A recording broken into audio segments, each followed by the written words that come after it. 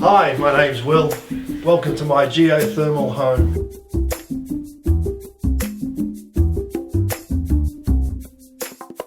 Will, thank you for inviting us into your home, and thank you for giving us an explanation of what geothermal heating and cooling is. My pleasure. How did you decide to go geothermal as opposed to split systems? Well, this is a property development and something that I've wanted to do for a long time, and I wanted it to be energy efficient in its design and in its application for living. So anyway, I looked at reverse cycle heating and cooling systems. We would have had to have 5 or 6 to efficiently heat and cool this house. There would have been a big one in this kitchen meals living area, and the house is a fairly open plan layout, so it to me it seemed like a lot of extra work, and a unit out here, a unit out here, a unit over there, a unit over there, and then when the temperature's down to -1 or 0, they tend to freeze up and not work. So you can wake up on a freezing cold morning and Be frozen, turn it on and you're still frozen. So I thought I'll have a look around and I'll see what else I can find. So while searching on Mr. Google, I came across the geothermal heating and cooling systems. Yes. And I read about it and I thought, now this is a very good thing.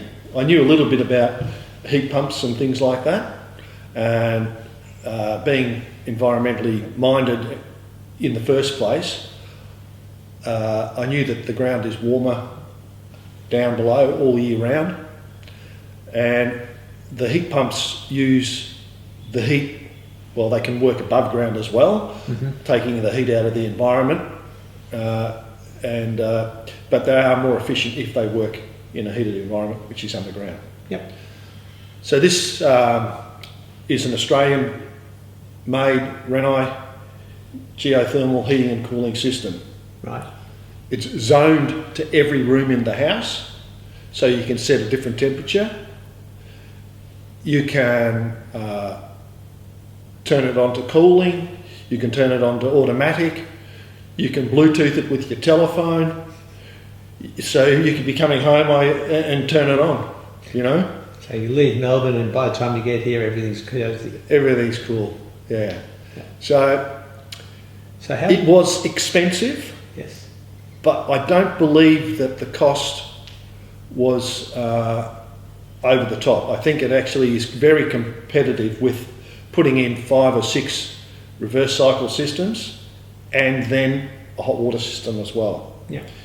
This unit that I've chosen to put in here heats the hot water as a byproduct from the unit whilst it's running. So whilst it's heating or cooling the house, it's heating your water. Yep.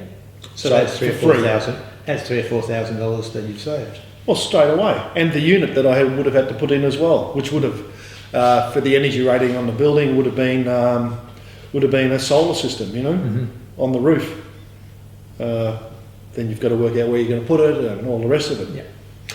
So how did they actually do the installation? Well, during when we had the lock-up stage, we came and drilled a hole just out the back here, about 40 metres down into the ground, and with a truck and a pump and all the rest of it, and that was quite good. We installed all the ductwork into the ceilings cavities.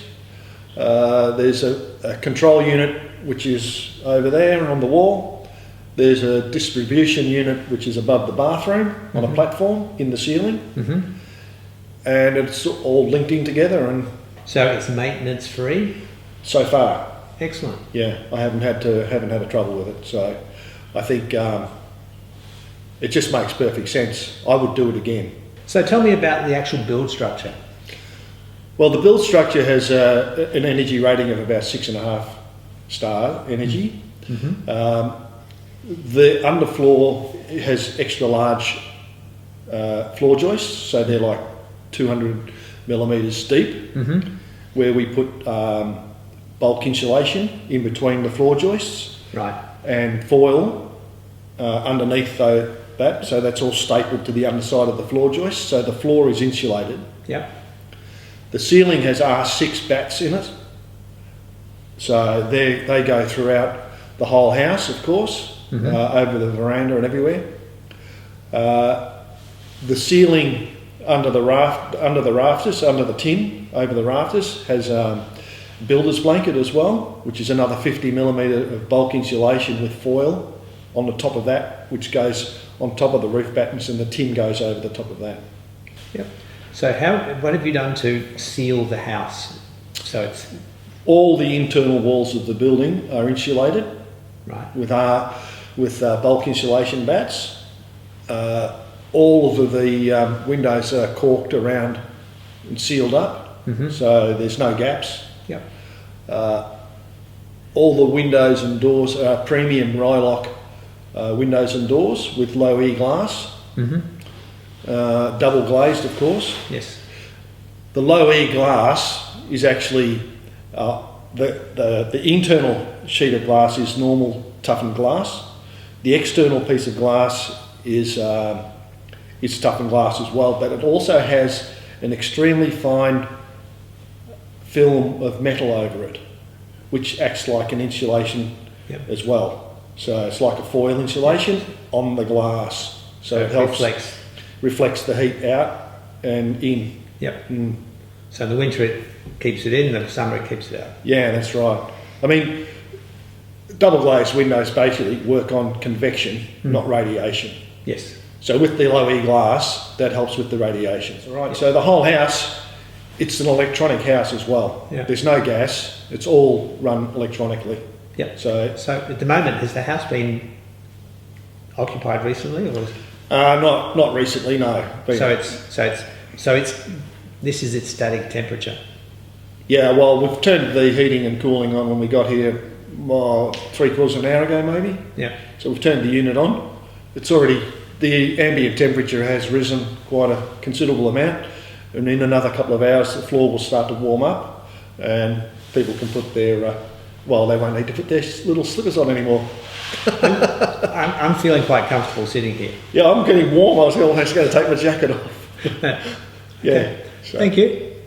Domestic geothermal heating and cooling systems use the Earth's stable temperature, 16 to 18 degrees Celsius, to heat and cool homes efficiently. They employ a heat pump that moves heat from the ground into the house in winter and from the house into the ground in summer, acting like a reverse cycle air conditioner. This process is achieved through a closed-loop system of underground pipes filled with a fluid that absorbs or releases heat.